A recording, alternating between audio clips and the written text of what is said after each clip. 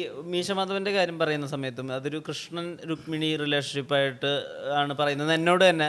അല്ല, അത് വളരെ നമ്മളത്രയും അങ്ങനെ ഇതായിട്ട് നോക്കിയിട്ട് ചെയ്തതൊന്നുമല്ല. അത് കൃഷ്ണനായിരിക്കണം രുക്മിണി ആയിരിക്കണം എന്ന് വിചാരിച്ച് ചെയ്തതൊന്നുമല്ല. അത് അതിൻ്റെ ഉള്ളിൽ വെറുതെ നമ്മൾ മനസ്സിലത് കണ്ണൻ മാധവൻ എന്നുള്ള പേര് ആവുന്ന സമയത്ത് അങ്ങനെയുള്ള കാര്യങ്ങൾ നമ്മൾ ചിന്തിച്ചു പോകുന്നതാണ്. Okay okay.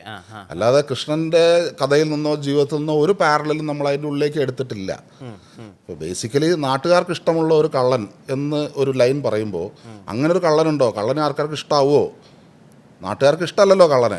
പിന്നെ എങ്ങനെ ആൾക്കാർക്ക് ഇഷ്ടമുള്ള കള്ളൻ എന്ന് പറയുക? ആരാണ് അങ്ങനെ നാട്ടുകാർക്ക് ഇഷ്ടമുള്ള കള്ളൻ എന്ന് ചോദിക്കുമ്പോഴാണ് ഇല്ല, നാട്ടുകാർക്ക് ഇഷ്ടമുള്ളൊരു കള്ളനുണ്ട്, അത് കള്ളക്കണ്ണനാണ് എന്ന് പറഞ്ഞിട്ട് നമുക്ക് അത്തരത്തിൽ നമുക്ക് അപകടകരമല്ലാത്ത മോഷണങ്ങൾ, ചെറിയ ചെറിയ കാര്യങ്ങൾ ചെയ്ത് കുഴപ്പമുള്ള കാര്യങ്ങൾ ചെയ്യുന്നതല്ല.